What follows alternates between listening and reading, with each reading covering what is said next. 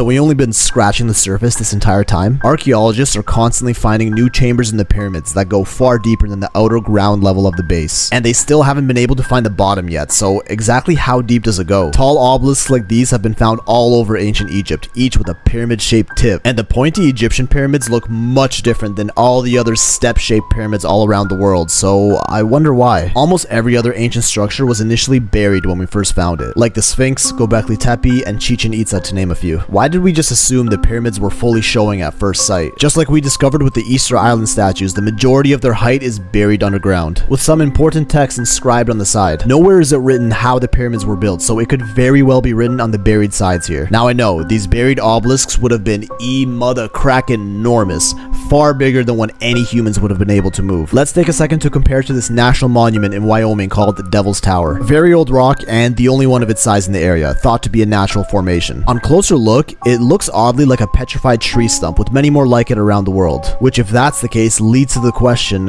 who cut it down? Maybe the same giants who built these massive obelisks, which possibly got buried after worldwide floods only for the tips to be rediscovered thousands of years later by the Egyptians. Even historic texts such as the Bible refer to a race of giants called the Nephilim, and ancient drawings everywhere all too often show depictions of much larger beings. The evidence of these giants is found all across the world, from the pyramids in Devil's Tower to these giant steps in Peru, the plain of Jars in Laos, Easter Island, Nam Madol in Micronesia, this giant knife found underwater near the coast of Madagascar. All ancient discoveries which were either far too big to be practical or even physically moved by ancient humans. Once is an anomaly, twice is suspicious, but this many times all over the world, I think there's something we don't know here.